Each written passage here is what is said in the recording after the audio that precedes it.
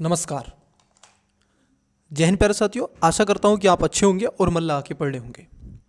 मेरा नाम मिस्टर कुमार, स्वागत करता हूँ आपका आपके अपने education buyer civil services YouTube channel में। स्टूडेंट्स, जैसा कि आप वाकिफ़ हैं, एजुकेशन बायर आपके लिए लेकर के आया है दृष्टि आईएएस की सिविल सेवा प्रारंभिक टेस्ट सीरीज 2025। जी हाँ, जो आपका यूपीएससी का 25 मई को जो एग्ज़ाम होने वाला है उसको ध्यान में रख के ये टेस्ट सीरीज आपको निःशुल्क उपलब्ध करा रहा है। इसका कॉपीराइट दृष्टि का है। ठीक है स्टूडेंट्स, हम इस सीरीज में आपसे 30 टेस्ट आपसे चर्चा का बिंदु बनाएंगे। कितने सर? 30 टेस्ट। इसमें 20 जो टेस्ट होंगे बच्चे वो जीएस पेपर नंबर 1 से होंगे और 10 टेस्ट जो होंगे आपके वह सीसैट ओरिएंट होंगे। जी हाँ, आपने सही सुना, वह सीसैट ओरिएंट होंगे, जिसमें कुल 30 टेस्ट होंगे। स्टूडेंट्स, अब तक आपको 2 टेस्ट उपलब्ध करवा दिए गए हैं। पहला टेस्ट पॉलिटी का है और दूसरा जो टेस्ट हुआ है वो हिस्ट्री का आपसे चर्चा का बिंदु बना है। अगर आप भी हमारे education buyer civil services YouTube channel पर पहली बार आए हैं तो तहे दिल से आपका स्वागत है। चैनल को सब्सक्राइब नहीं किया है तो कर लीजिएगा, वीडियो को लाइक करना मत भूलिएगा और चैनल को शेयर कर दीजिएगा जितना हो सके। और जो ऑलरेडी पहले से एजुकेशन बायर सिविल सर्विस परिवार के सदस्य हैं, आपका भी तहे दिल से स्वागत है, क्योंकि आप भी तो इसके सदस्य हैं और आपका भी दायित्व बनता है शेयर, लाइक, सब्सक्राइब का। प्यारे बच्चे, अगर आप मुझसे पर्सनली बात करना चाहते हैं तो आप इंस्टा पर मुझे फॉलो कर सकते हैं। एजुकेशन बायर सिविल सर्विसेज के नाम से आईडी है और सेम डीपी लगी हुई है। जैसा कि आपको नाम यूट्यूब पर दिख रहा है वैसा ही नाम आपको टेलीग्राम पर मिलेगा, लिंक डिस्क्रिप्शन में है। ठीक है, इन सब के अलावा जो भी स्टूडेंट्स इसकी पीडीएफ पाना चाहता है तो डिस्क्रिप्शन में लिंक दिया हुआ है टेलीग्राम का, आप वहाँ पर मुझे फॉलो कर सकते हैं। इंस्टा पर, फेसबुक पर आप मुझे फॉलो कर सकते हैं और क्वेश्चन पूछ सकते हैं। तो चलिए समय ना गवाते हुए आज टेस्ट नंबर 3 हम आपसे डिस्कस करेंगे। जैसा कि आपको बता दूं, इसका हमने एक ओरिएंट क्लास आपसे ली थी, लगभग वह क्लास 10 मिनट की थी, जिसमें मैंने आपको बताया था कि ये जो टेस्ट होने वाला है जो 22 तारीख को आपको अपलोड हो जाएगा, जिसमें कि आज 22 है। तो स्टूडेंट्स, आप इस बात से वाकिफ़ हैं, ये टेस्ट 2 आपके सब्जेक्ट पर आधारित था, इकोनॉमी और उसके साथ साथ साइंस एंड टेक्नोलॉजी पर। ठीक है, कई स्टूडेंट्स इस बात को कह रहे थे कि सर एक शेड्यूल भी बता दीजिएगा, तो उन्हीं को ध्यान में रखते हुए मैंने एग्जैक्ट, मुझे एस्पिरेंट्स का उस स्टूडेंट्स का नाम याद नहीं आ रहा है, बट किसी स्टूडेंट्स ने, ऐसे 2-3 स्टूडेंट्स हैं जिन्होंने कमेंट्स किया था कि सर इसको लेकर के शेड्यूल बता दीजिएगा। तो प्यारे बच्चे, मैं आपको बताना चाहता कि टेस्ट लेने से पहले, टेस्ट सोल्व कराने से पहले, जैसे टेस्ट नंबर 3 है, इसका मैंने शेड्यूल आपसे चर्चा का बिंदु बना लिया। वैसे ही टेस्ट जब 4 होगा, इससे अगला जो टेस्ट होगा मैं आपको बता दूं सीसैट का होगा। जी हाँ, मैं आपको पहले ही बता देता हूं, टेस्ट नंबर 3 के बाद में जो टेस्ट होगा वो सीसैट का होगा। अब सीसैट में मैथ, रीजनिंग, कॉम्प्रहेंसिव यही सारी चीज़ें पूछता है, तो आप इनको ऑलरेडी तैयार कर लीजिएगा। चलिए, तो समय ना गवाते हुए पहले क्वेश्चन की तरफ बढ़ते हैं, नहीं तो आप कहेंगे कि मास्टर साहब लगातार कंटिन्यूसली बोले जा रहे हैं। जो बिगिनर एस्पिरेंट्स जिन्होंने कभी आज तक यूपीएससी का एक भी एग्ज़ाम नहीं दिया है, कोई अटैम्प्ट्स नहीं दिया है, तो यहाँ पर आपको अनुक्रमांक लिखना होता है। इन सब के अलावा यहाँ पर दंड का प्रोविज़न रखा गया है, जिसमें आप देखोगे 1/3 यहाँ पर आपका दंड दिया जाता है यदि आप गलत, ठीक है, 4 विकल्पों में से कोई चुनते हैं और आपका गलत होता है तो उसमें अंक आपके काट लिए जाते हैं। ठीक है, और अगर आप नहीं चुनते हैं किसी के विपरीत तो आपका अंक नहीं कटेगा। ठीक है, चलिए तो पहला क्वेश्चन देखते हैं। पहला क्वेश्चन क्या पूछा जा रहा है आपसे, आइए पहले क्वेश्चन की तरफ बढ़ते हैं। पहला क्वेश्चन देखते हैं बच्चे क्या है।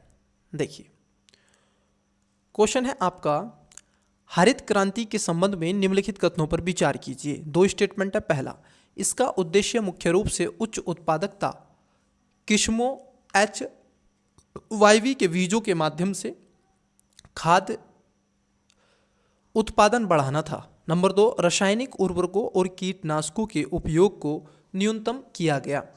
उपयुक्त कथनों में से कौन सा या से सही है या फिर हैं? ऑप्शन नंबर ए केवल 1, बी केवल 2, सी 1 और 2 दोनों, डी ना तो 1 नहीं 2। वीडियो को पॉज करें, करेक्ट आंसर बताने का प्रयास करें। प्यारे बच्चे, आप इसमें एलिमेंट मेथड से भी इसका आंसर निकाल सकते हैं।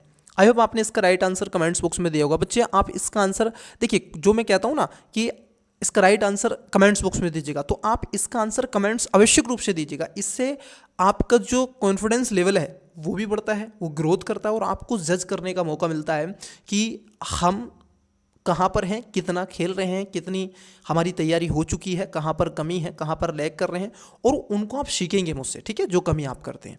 परंतु आपको क्वेश्चन का अटेम्प्ट लेना पड़ेगा, ठीक है। अब यहाँ पर नहीं लोगे तो एग्जाम हॉल में लेना पड़ेगा, बट लेना आपको है, ठीक है। तो इसलिए आप यहाँ पर भी उस प्रैक्टिस को कीजिएगा, आपको पूर्ण रूप से टाइम दिया जाता है, ठीक है। चलिए, इतनी देर में आपने लगा दिया होगा। देखो, हरित क्रांति कब हुई थी? वर्ष 1960 में हरित क्रांति को आप देखोगे स्टार्ट किया गया था प्यारे बच्चे, ठीक है। खैर, हम उस हिस्ट्री उस इतिहास पर नहीं जाएंगे, नहीं तो कई बच्चे कहेंगे कि सर एक क्वेश्चन में आपने 10 मिनट ले लिए।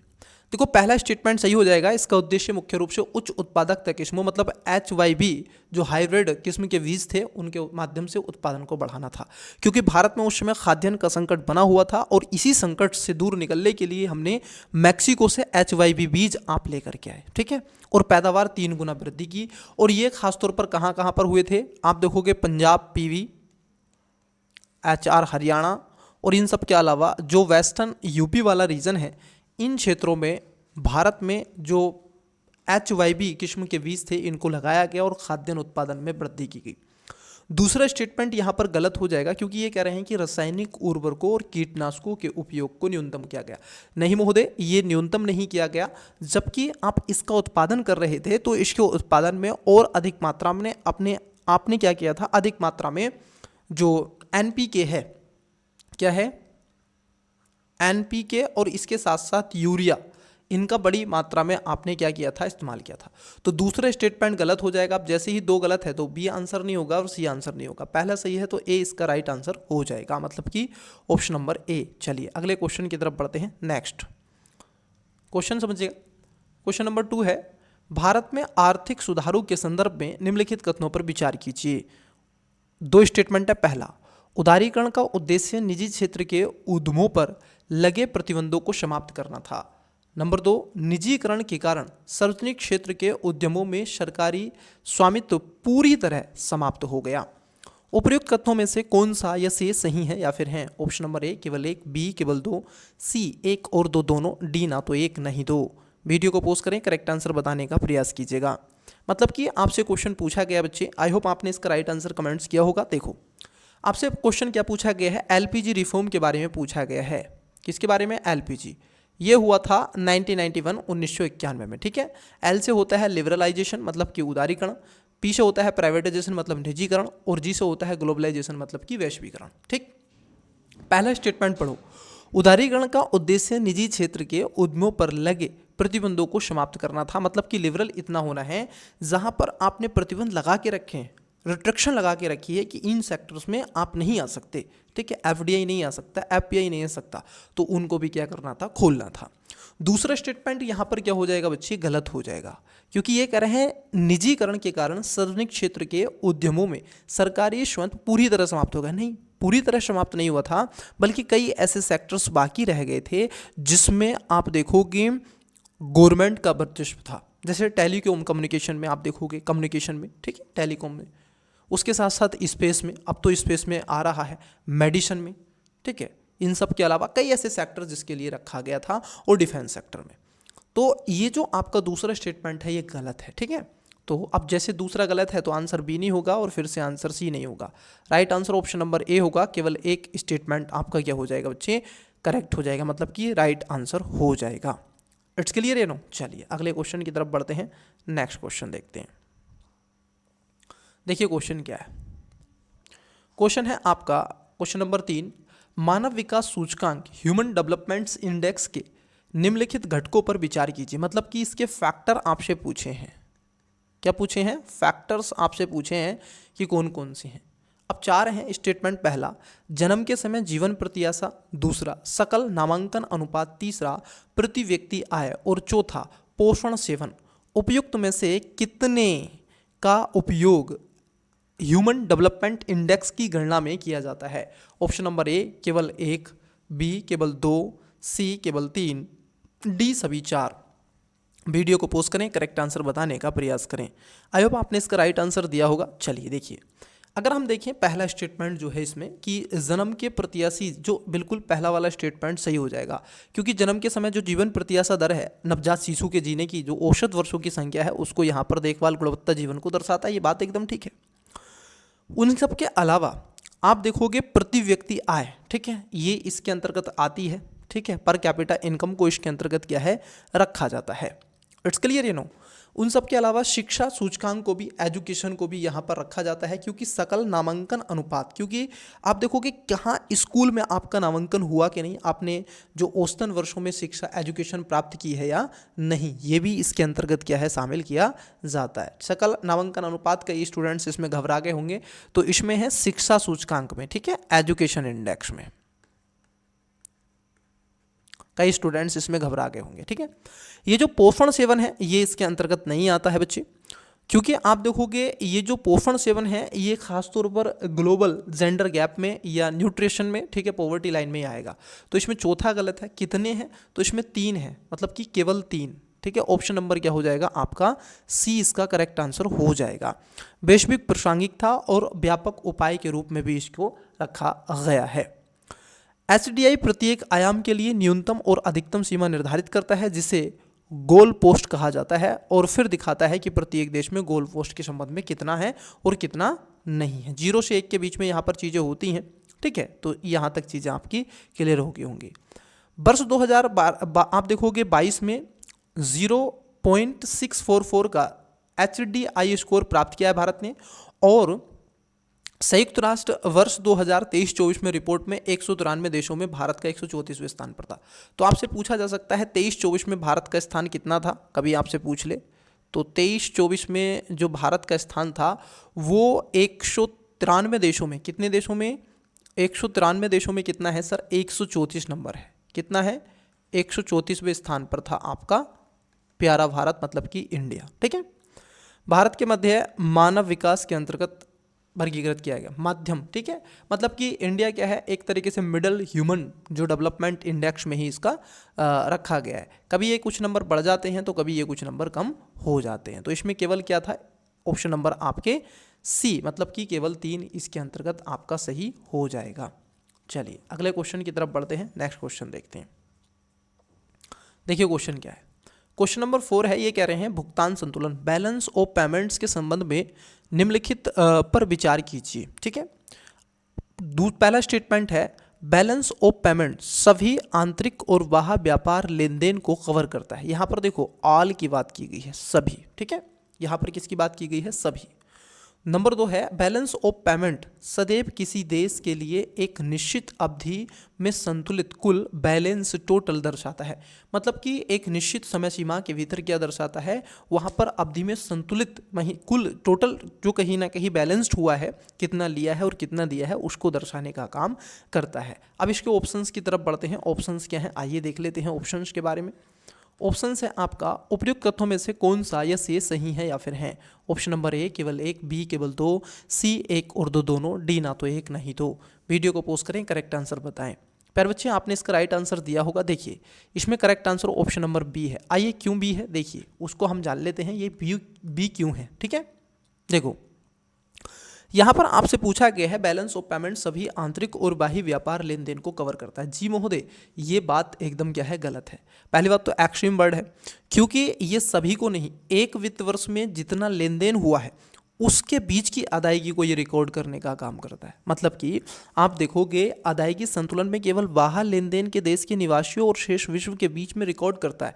इसमें आंतरिक व्यापार लेन देन यानी देश के भीतर लेन देन शामिल नहीं होता। ध्यान रखना, इसमें जो आंतरिक व्यापार है, ठीक है, इंटरनल जो व्यापार हो रहा है, जो लेन देन हो रहा है, वो इसमें शामिल नहीं होता है। जबकि बाहा में मतलब कौन कौन से होंगे, एक्सपोर्ट और इंपोर्ट होंगे। क्या होंगे बच्चे, एक्सपोर्ट और इंपोर्ट होंगे, ठीक है, 2 इसके अंतर्गत रखे जाते हैं। तो इसलिए आप देखोगे पहला जो स्टेटमेंट है बच्चे आपका गलत हो जाएगा, ठीक है। और पहली बात इसमें एक्सट्रीम वर्ड है। अब एक्सट्रीम वर्ड तो यहाँ पर भी है। कई बच्चे कहेंगे कि सर इसमें भी तो सदैव है, सदैव मतलब हमेशा, लेकिन यहाँ पर देखिएगा सदैव किसी देश के लिए एक निश्चित, ठीक है, निश्चित अवधि में संतुलित, बिल्कुल ये बात एकदम क्या है, सही हो जाएगी। क्योंकि एक वित्त वर्ष में या फिर एक वित्त वर्ष में भौगोलिक सीमाओं के अंदर किया गया वस्तु एवं सेवाओं का उत्पादन जीडीपी है, वैसे ही तो ये इसके अनुसरण को केंद्रित करता है। चलिए अगले क्वेश्चन की तरफ बढ़ते हैं। क्वेश्चन नंबर 5 देखते हैं क्या है। भारत में पंचवर्षीय योजनाओं का उद्देश्य था, मतलब कि जो 5 ईयर्स प्लान स्टार्ट किए गए थे उनका महत्वपूर्ण उद्देश्य क्या था, उसके बारे में आपसे क्वेश्चन पूछ रहा है। ऑप्शन नंबर ए स्टेटमेंट पहला है, सार्वजनिक और निजी क्षेत्रों दोनों क्षेत्रों के साथ मिश्रित अर्थव्यवस्था स्थापित करना। नंबर 2, पूर्ण सरकारी स्वामित्व वाले सोवियत शासन के समाजवाद का अनुसरण करना। नीचे दिए कूट का प्रयोग कर सही उत्तर चुनिए। ऑप्शन नंबर ए केवल 1, बी केवल 2, सी 1 और 2 दोनों, डी ना तो 1 ना ही 2। वीडियो को पोस्ट करें, करेक्ट आंसर बताने का प्रयास करें। प्यारे बच्चे, आपने इसका राइट आंसर कमेंट्स बॉक्स में दिया होगा। देखिए यहाँ पर जो पहला स्टेटमेंट है वो एकदम क्या है, आपका करेक्ट है, मतलब कि सही है। ठीक है, क्योंकि जो पंचवर्षीय योजनाएं लाई गई थी, देखो ये यहाँ पर लिखा गया पंचवर्षीय योजना, मतलब कि 5 वर्ष के लिए प्लान निर्धारित किए गए। पहले तो आप देखोगे समाजवाद की तरफ थे, लेकिन वर्ष 1991 में जब एलपीजी रिफॉर्म हुआ, क्या हुआ, जब भारत ने एक मिनट रुकिएगा, जब भारत ने एलपीजी रिफॉर्म किया, फिर हम क्या हो गए, कैपिटल की तरफ भी बढ़े। इसके पहले हम सोशलिस्ट थे, तो पहला वाली बात ठीक है, और फिर हमने क्या कर लिया, मिश्रित अर्थव्यवस्था को अपना लिया। ठीक है, हम पूंजीवाद को भी बढ़ावा देते हैं, उसके साथ साथ आप देखोगे आर्थिक संतुलन को बना करके सामाजिक संतुलन को भी बनाने का प्रयास करते हैं, उसको भी बढ़ावा देने का प्रयास करते हैं। तो पहला वाला स्टेटमेंट आपका सही है। दूसरा स्टेटमेंट गलत है, क्योंकि ये कह रहे हैं पूर्ण सरकारी स्वामित्व वाली सोवियत शासन के समाजवाद का अनुसरण करना। नहीं, भारत कभी भी समाजवाद का अनुसरण नहीं करेगा, कभी नहीं करेगा। और जिस तरीके से भारत में एलपीजी रिफॉर्म के बाद में कैपिटलिस्ट इकोनॉमी की तरफ जैसे मूवमेंट्स हुआ है, तो आज विश्व की भारत क्या है, 5वीं सबसे बड़ी क्या है, अर्थव्यवस्था है। क्यों बनी है, क्योंकि हम कैपिटलिस्ट की तरफ बढ़े हैं, और जब हम कैपिटलिज्म की तरफ बढ़ेंगे तभी तो हमारे यहाँ पर जो एफडीआई एफपीआई आएगा, फॉरेन इन्वेस्टमेंट आएगा। ठीक है, तो दूसरा गलत है, इसलिए जब दूसरा गलत है तो बी आंसर नहीं होगा, सी नहीं होगा, ए इसका राइट आंसर हो जाएगा ऑप्शन नंबर ए, केवल 1। ठीक है, और आपसे सही पूछा गया था। चलिए अगला क्वेश्चन देखते हैं। क्वेश्चन नंबर 6 देखिए क्या है। निम्नलिखित में से कौन सा वर्ष 1991 में भारत में शुरू किए गए आर्थिक सुधारों का एक प्रमुख उद्देश्य था, मतलब कि एलपीजी रिफॉर्म जो किया गया उसका उद्देश्य क्या था। ऑप्शन नंबर ए, सार्वजनिक क्षेत्र का सुदृढ़ीकरण, बी, आर्थिक आत्मनिर्भरता प्राप्त करना, सी, विदेशी मुद्रा आरक्षित निधियों में वृद्धि, और डी, कृषि विकास को प्राथमिकता देना। वीडियो को पोस्ट करें, करेक्ट आंसर बताएं। बड़ा अच्छा क्वेश्चन यहाँ पर आपसे पूछा गया है। आई होप आपने इसका राइट आंसर दिया होगा। देखिए इसका करेक्ट आंसर हो जाएगा बच्चे, कई बच्चे इसका बी आंसर दे रहे हैं जबकि गलत है। इसका राइट आंसर है ऑप्शन नंबर सी, मतलब कि विदेशी मुद्रा आरक्षित निधियों में वृद्धि करना। हमने एलपीजी रिफॉर्म किया, एलपीजी रिफॉर्म जब किया तो आप मुझे बताइए, जब हम प्राइवेटाइजेशन करेंगे तो एफडीआई आएगा या नहीं आएगा, ये बात देखिएगा। एफडीआई आएगा या नहीं आएगा, आएगा। एफपीआई आएगा या नहीं आएगा, आएगा। ठीक है, तो जब एफडीआई और एफपी आएगा तो फॉरेन जो इन्वेस्टमेंट है वो तो भारत में आएगा, एंट्री करेगा। तो जो आपका फॉरेन रिजर्व है, ठीक है, फॉरेक्स जो रिजर्व है, जो आपका विदेशी मुद्रा भंडारण है, वो क्या होगा, वृद्धि करेगा ही करेगा। और भारत के पास में क्या था, कम था, और भारत ने फिर इसको बढ़ावा दिया। तो इसका राइट आंसर क्या हो जाएगा, option number C is the correct answer. चलिए अगला क्वेश्चन देखते हैं। देखिए क्वेश्चन क्या है, 7 नंबर है। ये कह रहे हैं भारत की पंचवर्षीय योजनाओं और उनके उद्देश्यों के संबंध में निम्नलिखित युग्मों पर विचार कीजिए। अब यहाँ पर पंचवर्षीय योजनाओं से क्वेश्चन पूछा गया है।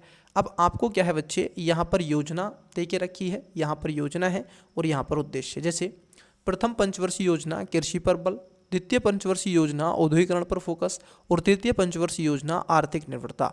वीडियो को पोस्ट करें, करेक्ट आंसर बताएं। ठीक है, आई होप आपने इसका राइट आंसर दिया होगा। उपयुक्त युग्मों से कितने, यहाँ पर ध्यान रखना है, कितने सही सुमेलित हैं। ठीक है, ऑप्शन नंबर ए केवल 1, बी केवल 2, सी सभी 3, डी कोई नहीं। ठीक है, बताइएगा। चलिए देखिए प्यारे बच्चे, जब हम भारत देश सब आज़ाद हुआ वर्ष 1947 में, और फिर उसके बाद में आप देखोगे 26 जनवरी 1950 को और 1951-52 में पहली हमारे यहाँ पर जो स्वतंत्र लोकतंत्रात्मक सरकार का गठन किया गया था जो जनता के द्वारा चुनी गई थी, तो फिर उस समय तत्कालीन जरूरतों और आवश्यकताओं को देखते हुए हमने प्रथम पंचवर्षीय योजना एग्रीकल्चर पर फोकस किया था। तो पहला स्टेटमेंट क्या हो जाएगा आपका, सही हो जाएगा। द्वितीय पंचवर्षीय योजना औद्योगिकरण पर, क्योंकि हमने एग्रीकल्चर में ठीक ठाक वृद्धि कर ली थी, फिर हमने उद्योग को लगाना शुरू किया ताकि हम लोगों को रोजगार दे सके, खाने के लिए खाना दे दिया परंतु अब रोजगार भी दें। तृतीय पंचवर्षीय योजना आर्थिक आत्मनिर्भरता को बढ़ावा देने का प्रयास कर रही थी। तो पहला सही है, दूसरा सही है, तीसरा सही है। तो इसमें सभी तीनों क्या हैं स्टूडेंट्स आपके करेक्ट हो जाएंगे। ठीक है, ध्यान में ये आपको रखना है। 1951 से 1956 पहली रही थी, और ये ध्यान रखना कौन से मॉडल पर थी ये भी आपको ध्यान में रखना है। ठीक है, और हीराकुंड नागला भाकल नागला बांध इसी पर ये बनाए गए थे। ठीक है, प्रथम पंचवर्षीय योजना पर ही। It's clear. द्वितीय पंचवर्षीय योजना 1956 से 61 में थी, महालनोबिस योजना के नाम से इसको जाना जाता है सोवियत संघ पे। और तृतीय पंचवर्षीय योजना 61 से 66 में थी, और उसी समय ठीक है कई चीज़ें आपको देखने के लिए मिली थी। चलिए, अकाल की स्थिति भी जब ही हुई थी 65 में। नेक्स्ट क्वेश्चन की तरफ बढ़ते हैं, आइए। लेकिन नेक्स्ट क्वेश्चन बढ़ने से पहले इंग्लिश वाले स्टूडेंट्स देखिएगा, देखिए क्वेश्चन को समझिएगा। Consider the following statements regarding the green revolution. ठीक है, वीडियो को पॉज करके आंसर देने का प्रयास कीजिएगा। कह रहे थे ना बच्चे कि सर इंग्लिश वाले स्टूडेंट्स का क्या होगा, कुछ नहीं होगा, जो हम आपके साथ हैं आपको पूर्णतः रूप से ये सारी चीज़ें मिलेंगी। With reference to the economics reform in India consider the following statement liberalisation aimed to end restriction on private sector enterprise. Privatisation lead to this complete withdrawal of government's ownership in public sector enterprise. Which of the statements given above are correct? Option number A, one only, B, two only, C, both one and two, D, neither one or two. तो आप बता सकते हैं। मैं इस तरीके से पढ़ूंगा क्वेश्चन को तो बच्चे थोड़ा टाइम टेकिंग हो जाएगा, क्योंकि डबल क्वेश्चन पढ़ना पड़ेगा। तो आप इससे अच्छा है वीडियो को पॉज करें और आप इसका आंसर कमेंट्स बॉक्स में देते चलें। ठीक है, समझा तो मैंने दिया ही है, समझाने का तो इतना वो नहीं है। 4 क्वेश्चन का आंसर बताइए। ऑप्शंस इसके ये हैं 4 के। Which of the statement given above is are correct. 5 question the 5 year plan से ही वो सब पूछा गया।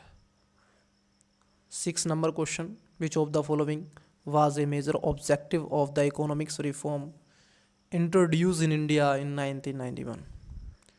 Consider the following 7 question. Video को पोस्ट करें, ऑप्शंस भी और प्लान भी आपको दिख रहे हैं। चलिए आइए अगला क्वेश्चन की तरफ बढ़ते हैं। देखिए क्वेश्चन नंबर है 8। क्वेश्चन क्या पूछा गया है, क्वेश्चन में आपसे पूछा गया है कथन कारण को ध्यान में रखिए। देखिए बच्चे, निम्नलिखित कथनों पर विचार कीजिए। यहाँ पर कथन पूछ लिया गया है और दूसरा 2 कथन है। पहले कथन में कह रहे हैं कि राजकोषीय नीति में सरकारी व्यय एवं कराधान शामिल होते हैं। क्या पूछा गया है, राजकोषीय नीति। ठीक है, दूसरा कह रहे हैं कि सभी सरकारी व्यय का उद्देश्य मुद्रास्फीति को कम कर होता है। मतलब कि जो भी सरकारी व्यय होगा उसका उद्देश्य मुद्रास्फीति को कम करना होता है।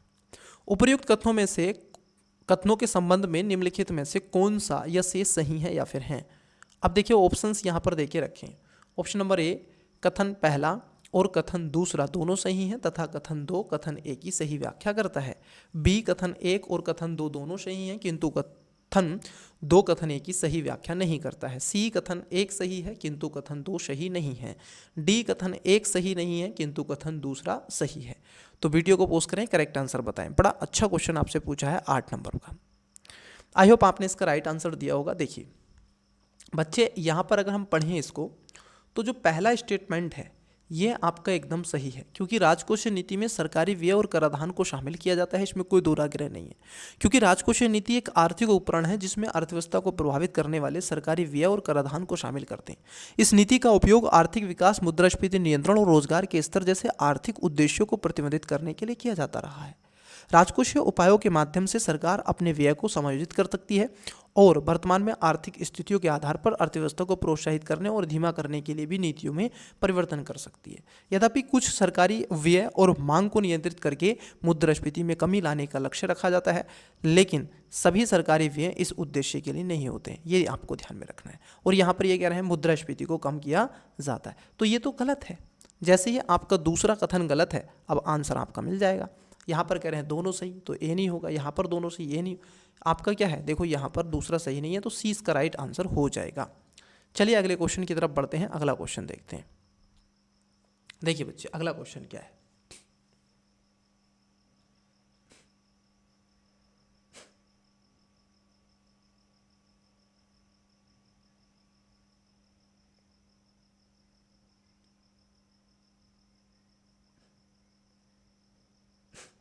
चलिए देखिए दूसरा क्वेश्चन देखते हैं।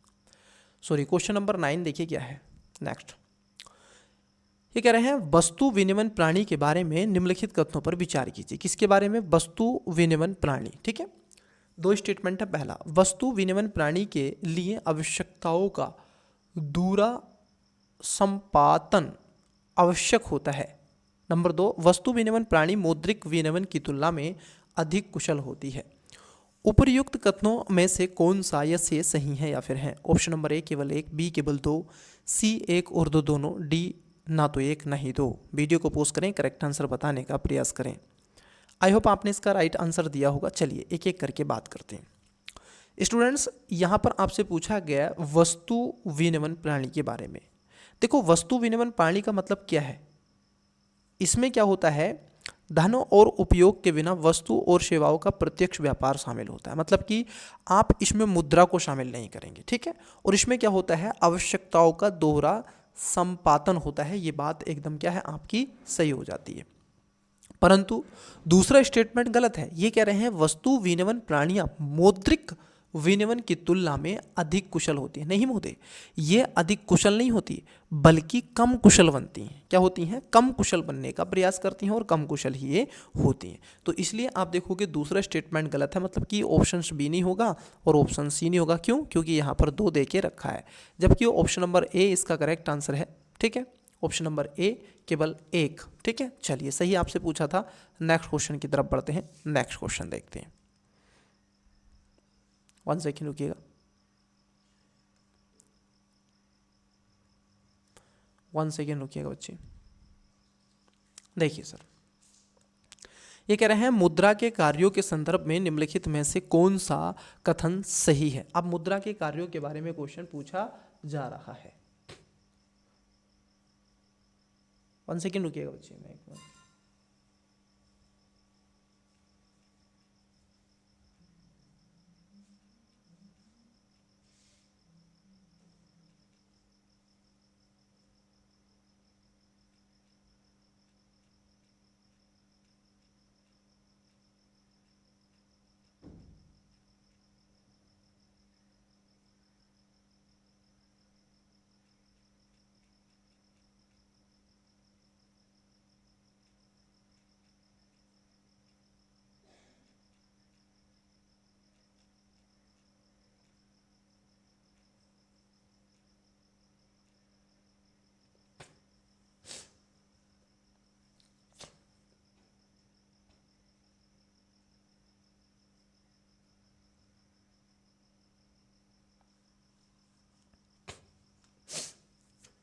आइए देखो, क्वेश्चन है मुद्रा के कार्यों के संदर्भ में निम्नलिखित कथनों में से कौन सा या से सही है।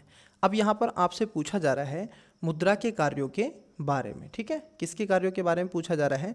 मुद्रा के कार्यों के बारे में आपसे क्वेश्चन पूछा जा रहा है। ठीक है, अब दो स्टेटमेंट दे के रखें। पहला, मुद्रा विनिमय के माध्यम लेखा की इकाई तथा मूल्य संचय के रूप में कार्य करती है। मतलब कि जो मनी है, जो पैसा है, जो मुद्रा है, वो किस तरीके से काम करती है, उसके बारे में क्वेश्चन आपसे पूछा जा रहा है। इट्स क्लियर है नो? दूसरा कह रहे हैं कि लेखा की इकाई के रूप में मुद्रा का अर्थ है कि यह सभी वस्तुओं और सेवाओं के मूल्य को मानकीकृत करती है। निश्चित एक कूट का प्रयोग कर सही उत्तर चुनिए। ऑप्शन नंबर ए केवल एक, बी केवल दो, सी एक और दो दोनों, डी ना तो एक नहीं दो। वीडियो को पोस्ट करें, करेक्ट आंसर बताएं 10 नंबर। आई होप आपने इसका राइट आंसर दिया होगा। देखिए, मुद्रा क्या है सर? मुद्रा के कार्यों के बारे में पूछा है। मुद्रा क्या है? मुद्रा वह है जो मुद्रा का काम करे। मतलब कि अगर मैं कहूँ आपसे कि मान लीजिए आपको कोई क्या चाहिए, वस्तु चाहिए, मान लीजिए आपको कोई वस्तु चाहिए या प्लस आपको कोई सेवा चाहिए। मैं एग्जाम्पल दे रहा हूँ, जरा समझना, फिर आपका आंसर आ जाएगा। मान लो आपको एक पेन चाहिए। एक पेन क्या है? एक वस्तु है, मान लीजिए आप क्या किए, आप मेट्रो में बैठे और आपने टिकट लिया, ठीक है, एक कूपन लिया या फिर आपका कार्ड था, उसमें से आपके 20 रुपीज़ कट गए, ठीक है। तो आपने 20 रुपये दिए और सेवा ली कितनी, आप कुछ किलोमीटर तक गए मेट्रो में बैठ के, ठीक है, या अपने घर तक गए ऑटो में बैठ के, तो उसकी क्या ली, सर्विस ली।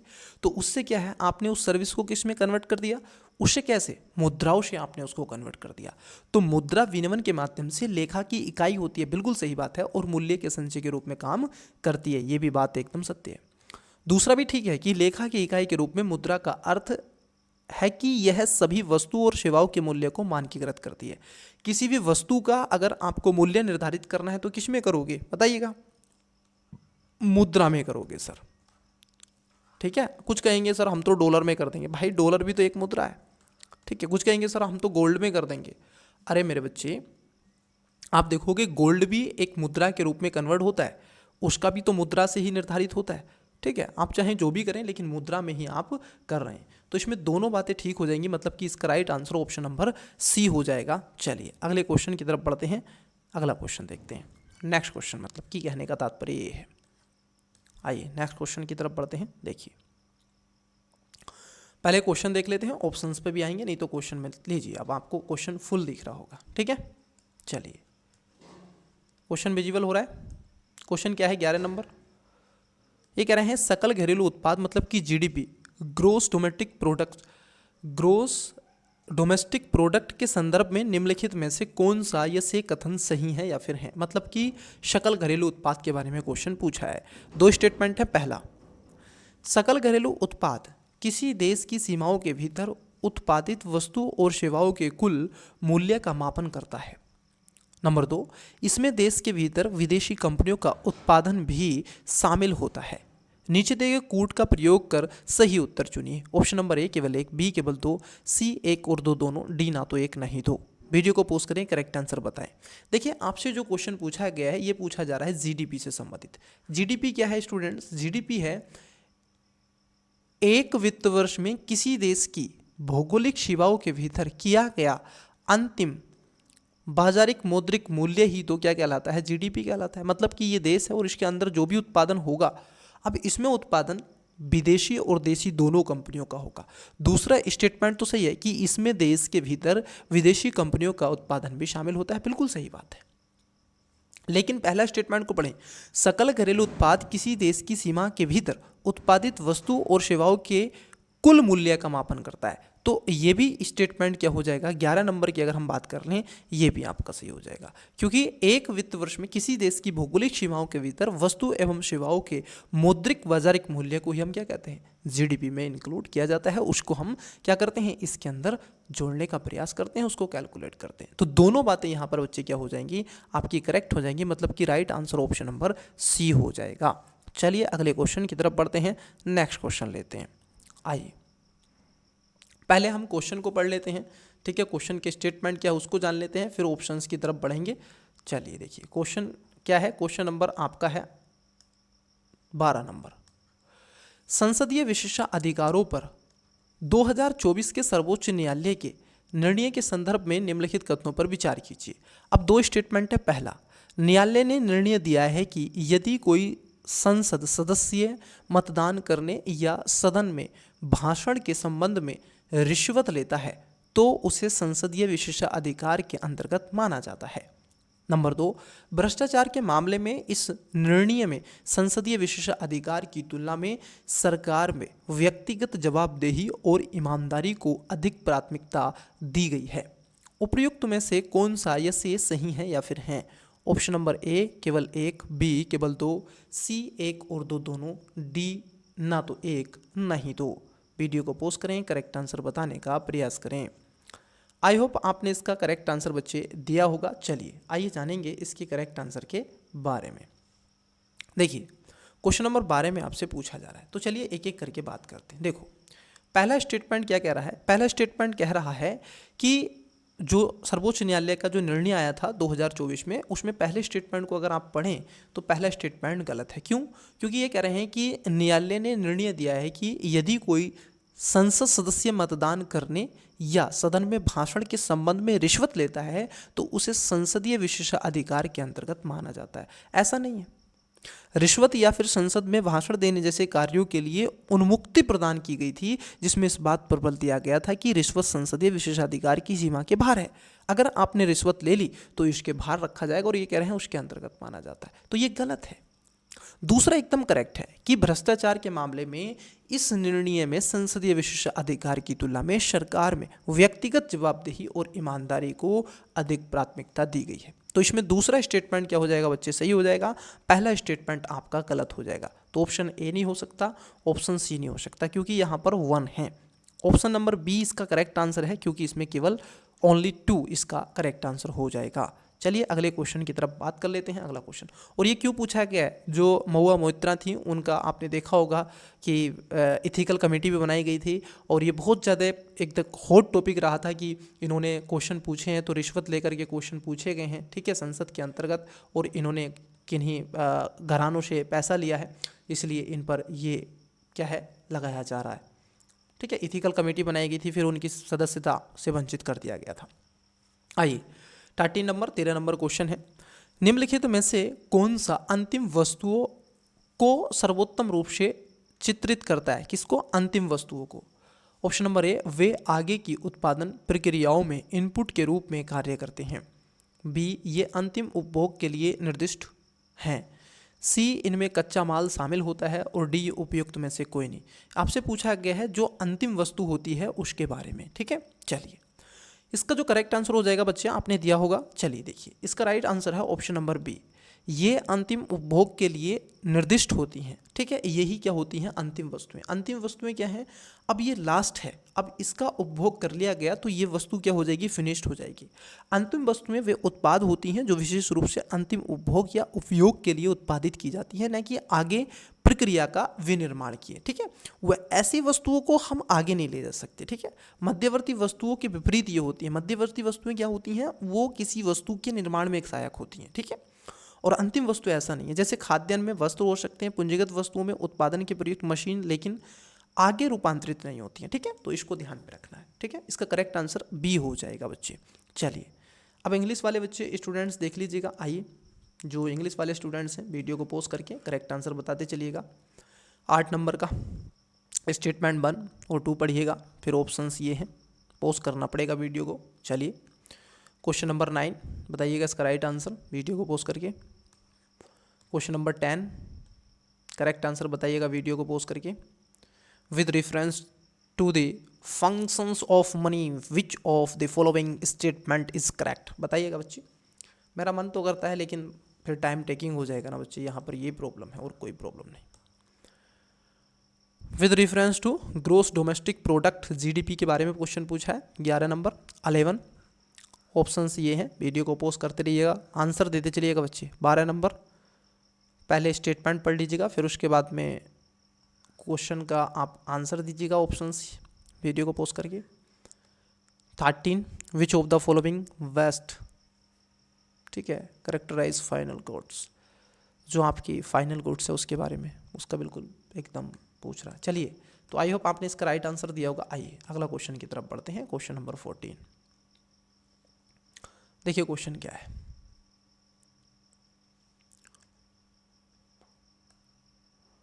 क्वेश्चन है निम्नलिखित में से कौन पूंजीगत प्राप्तियों का उदाहरण है। किसका उदाहरण है, पूंजीगत प्राप्तियों का एक उदाहरण माना जाता है। अब इसमें 4 ऑप्शन है। ऑप्शन नंबर ए आयकर राजस्व, बी ऋण पर ब्याज प्राप्तियां, सी सार्वजनिक क्षेत्र के शेयरों की बिक्री, और डी सार्वजनिक सेवाओं से प्राप्त राजस्व। तो यहाँ पर पूंजीगत प्राप्तियों के अंतर्गत पूछा जा रहा है। पूंजीगत प्राप्तियां मतलब कि ऐसी प्राप्तियां जो खासतौर पर निधियों के अंतर्गत जो सरकार को अर्जित होती हैं, जो सरकार की परिसंपत्ति और देनदारियों को प्रभावित करती हैं, मतलब कि वे प्राप्तियां जो सरकार की देनदारियों को बढ़ाती हैं, उसको पूंजीगत प्राप्तियां कहते हैं। राजस्व प्राप्तियों में ऐसा नहीं होती है, परिसंपत्तियों में कम करती हैं, और जैसा कि ऋण, निवेश, परिसंपत्तियों की बिक्री जैसे मामलों में देखा गया। तो बताइएगा इसका करेक्ट आंसर। देखिए इसका राइट आंसर हो जाएगा ऑप्शन नंबर सी, मतलब कि सार्वजनिक क्षेत्र के शेयरों की बिक्री के अंतर्गत इसमें रखा जाता है। आयकर और ऋण ब्याज प्राप्तियां और उसके साथ साथ सार्वजनिक सेवाओं से जो प्राप्त राजस्व होता है, इसको हम राजस्व प्राप्तियों के अंतर्गत रखते हैं। चलिए अगला क्वेश्चन देखते हैं, थोड़ा फास्ट वे में क्वेश्चन लेंगे कुछ क्वेश्चन। 15 नंबर है, एक है प्रगतिशील कराधान के बारे में निम्नलिखित कथनों में से कौन सा कथन सही है। एक होता है प्रगतिशील, एक होता है प्रगतिशील होता है, प्रतिगामी होता है और अनुपातिक होता है। तो दोनों में, तीनों में अंतर होता है। तो चलिए इसका बताइएगा। ऑप्शन नंबर ए, आय बढ़ने पर कर की दर घट जाती है। बी, सभी आय स्तरों पर कर की दर स्थिर रहती है। सी, आय बढ़ने पर कर की दर बढ़ जाती है। और डी, उपयुक्त में से कोई नहीं। करेक्ट आंसर बताइएगा वीडियो को पॉज करके। देखिए, एक होता है प्रतिगामी और एक होता है प्रगतिशील। प्रगतिशील का मतलब होता है कि जैसे जैसे आपकी, अगर आपकी इनकम बढ़ेगी, ठीक है, अगर आपकी इनकम बढ़ी तो वैसे वैसे टैक्स भी क्या होगा, बढ़ जाएगा। ये आपको ध्यान में रखना है, ठीक है। जब जब आपकी इनकम बढ़ेगी तब तक आपका कलेक्शन भी, टैक्स भी क्या होगा, मतलब कि आपका टैक्स भी बढ़ जाएगा। तो सी है, ठीक है, आय बढ़ने पर कर की दर भी बढ़ जाती है। जो प्रतिगामी होता है, समझना, ये तो प्रगतिशील है। प्रतिगामी में क्या होता है बच्चे, आपका टैक्स क्या होगा, टैक्स कम होगा और आपकी इनकम क्या होगी, वो बढ़ेगी, ठीक है। और जो अनुपातिक होता है वहां पर स्थिर हो जाता है, क्या हो जाता है, स्टेबल हो जाता है। क्या हो जाता है, स्टेबल टैक्स हो जाता है आपका। अनुपातिक होता है ये एक तरीके से। इट्स क्लियर है ना। तो इसमें आपका अगर बढ़ेगी, इनकम भी बढ़ेगी तो ये टैक्स इतना ही रहेगा, परंतु इनमें अंतर होता है, ठीक है। चलिए, तो ये पूछ लिया गया है आपसे और इजी है। आपने अगर क्विक रिवीजन किया है तो आई होप आपने इसका आंसर करेक्ट एकदम दिया होगा। चलिए नेक्स्ट क्वेश्चन। क्वेश्चन है आपका 16 नंबर और क्वेश्चन क्या है, चलिए पहले हम क्या कर लेते हैं, पहले हम क्या करते हैं बच्चे, आपके स्टेटमेंट पढ़ लेते हैं, फिर ऑप्शंस की तरफ बढ़ेंगे। देखिए क्वेश्चन क्या है 16 नंबर में, ये कह रहे हैं आपसे, ठीक है, क्या कह रहे हैं जरा इनको जानिएगा। 16 नंबर में ये कह रहे हैं कि भारतीय रिजर्व बैंक आरबीआई के कार्यों के संदर्भ में निम्नलिखित कथनों पर विचार कीजिए। अब 3 स्टेटमेंट है। पहला, भारतीय रिजर्व बैंक एक रुपए के नोट और सिक्कों को छोड़कर भारत में मुद्रा नोट जारी करने के लिए जिम्मेदार एकमात्र प्राधिकरण है। 1 रुपए के नोट और सिक्कों को छोड़कर, ठीक है। दूसरा स्टेटमेंट है, आरबीआई सरकार के बैंकर के रूप में कार्य करता है तथा उसके उधार और भुगतान दोनों कार्यों का प्रबंधन करता है। 3 है, आरबीआई वित्त स्थिरता सुनिश्चित करता है, करने और जमाकर्ताओं के हितों की रक्षा के लिए वाणिज्यिक बैंकों का विनियमन और पर्यवेक्षण करता है। अब पूछा क्या गया है आपसे, पूछ रहे हैं उपयुक्त कथनों में से कौन सा या से सही है या फिर हैं। ऑप्शन नंबर ए केवल 1 और 2, बी केवल 2 और 3, सी केवल 1 और 3, डी 1, 2 और 3। वीडियो को पोस्ट करें, करेक्ट आंसर बताएं। ऑप्शन नंबर 16 का, क्वेश्चन नंबर 16 का राइट आंसर क्या है। आई होप आपने इसका करेक्ट आंसर दिया होगा। चलिए एक एक करके बात कर लेते। देखो पहला स्टेटमेंट की अगर हम बात कर लें तो पहला स्टेटमेंट आपका एकदम करेक्ट है कि जो भारतीय रिजर्व बैंक होता है 1 रुपए के नोट को छोड़कर और उसके सिक्कों को छोड़कर 5 रुपये, 10 रुपये, 20 रुपये, 30 रुपये और इन सब के अलावा 50, 100, 500, 2000, 1000 जो अब तक मुद्राएं जारी की गई हैं, जिस पर भी आपको गवर्नर के हस्ताक्षर मिलेंगे, ठीक है। 1 रुपये पर ये भारत सरकार का राइट होता है, मतलब कि जो वित्त आयोग होता है उसका यहाँ पर राइट्स होता है। तो पहला वाला स्टेटमेंट एकदम सही है। दूसरा भी सही है, सरकार क्या करती है, जो आरबीआई क्या करती है, बैंकर के रूप में कार्य करता है, ठीक है। और आप देखोगे उसके उधार और भुगतान दोनों को कार्य के रूप में देखता है। बैंकों को क्या है, आरबीआई ही तो क्या करता है, उधार देता है। दूसरा भी सही है। तीसरा स्टेटमेंट ठीक है कि वित्तीय स्थिरता सुनिश्चित करने और जमाकर्ताओं के हितों की रक्षा, बिल्कुल। जितने भी कॉमर्शियल वाणिज्यिक बैंक होते हैं, ठीक है, कॉमर्शियल शेड्यूल बैंक हैं, उनमें आपका मान लीजिए अकाउंट खुला हुआ है, ठीक है। अब उसको विनियमन रेगुलेशन कौन करेगा, उसकी देखरेख कौन करेगा, तो आरबीआई करता है। तो तीनों स्टेटमेंट बच्चे क्या हो जाएंगे, यहाँ पर आपके करेक्ट हो जाएंगे। तो मतलब कि राइट आंसर क्या हो जाएगा, ऑप्शन नंबर डी इसका करेक्ट आंसर हो जाएगा। किस किस बच्चे का डी था क्वेश्चन नंबर 16 का, आवश्यक रूप से मुझे हार्ड करके भेजिएगा, हार्ड भेजने का प्रयास कीजिएगा, ठीक है, हार्ड भेजिए अगर। चलिए अगला क्वेश्चन देखते हैं। क्वेश्चन नंबर है आपका 17। ये कह रहे हैं राष्ट्रीय आय लेखांकन के संबंध में निम्नलिखित में से कौन सी एक प्रभा अवधारणा है। ऑप्शन नंबर ए संपत्ति, बी पूंजी, सी आय और डी भूमि। वीडियो को पोस्ट करें, 17 का आंसर बताएं और इसका आंसर आपको क्या करना है, कमेंट्स करना है। इसका आंसर बच्चे जो भी स्टूडेंट्स इस क्लासेस को अभी देख रहे हैं और बाद में देखेंगे, मेरा आप सभी से रिक्वेस्ट है कि क्वेश्चन नंबर 17 का आंसर कमेंट्स करें, ठीक है। गलत आ रहा है गलत, सही आ रहा है सही, ठीक है। यहाँ पर प्रभाव, प्रभाव क्या है आपकी जो, ठीक है, वो बढ़ती है और घट जाती है, अब आप समझ के होंगे। लैंड तो इक्वल रहेगी पूंजी संपत्ति, लेकिन ठीक है प्रवाह उसमें होता है, बड़ी स्टेबल होती है, ठीक है। स्टॉक या फिर प्रवाह के रूप में वर्गीकृत किया जाता है, जो कि इस बात पर निर्भर करता है कि उन्हें कैसे मापा जाता है और वे किस अवधि में संचित होते हैं। तो इसका मैंने पूरा पढ़ भी दिया है और मैंने आपको हिंट्स भी दे दिया। चलिए अगले क्वेश्चन की तरफ बढ़ते हैं। क्वेश्चन नंबर 18 नंबर, निम्नलिखित में से कौन सा कथन राजकोषीय घाटे का सर्वोत्तम वर्णन करता है? किसकी बात कर रहा है? राजकोषीय घाटा, ठीक है, इसके बारे में आपसे पूछा जा रहा है, ठीक है। ऑप्शन नंबर ए, राजस्व में से व्यय घटाकर, बी, उधार को छोड़कर राजस्व व्यय में से राजस्व प्राप्तियां घटाकर, सी, उधार को छोड़कर कुल बजट व्यय में से कुल बजट प्राप्तियां घटाकर, डी, केवल राजस्व व्यय। वीडियो को पॉज करें, करेक्ट आंसर बताएं। बड़ा अच्छा क्वेश्चन है। यहाँ पर पूछा गया है राजकोषीय घाटे का सर्वोत्तम वर्णन कौन करता है। आई होप आपने इसका राइट आंसर, कई स्टूडेंट्स बी दे रहे हैं, इनका गलत है। ऑप्शन नंबर सी इसका करेक्ट आंसर होगा, क्योंकि उधार को छोड़ करके कुल बजट व्यय में कुल बजट प्राप्तियों को जोड़ दो तो राजकोषीय घाटा दर्शाएगा। मतलब कि उधार छोड़ो भाई, उधार आप ले रहे हैं, क्योंकि घाटा कितना है आपका, घाटा कब दिखेगा? मानो कि आपका बजट है 100 का, लेकिन आपने 120 खर्च करना है, तो आपको कितना लेना पड़ेगा? 20 रुपये। तो कितने का घाटा है आपको? 20 का।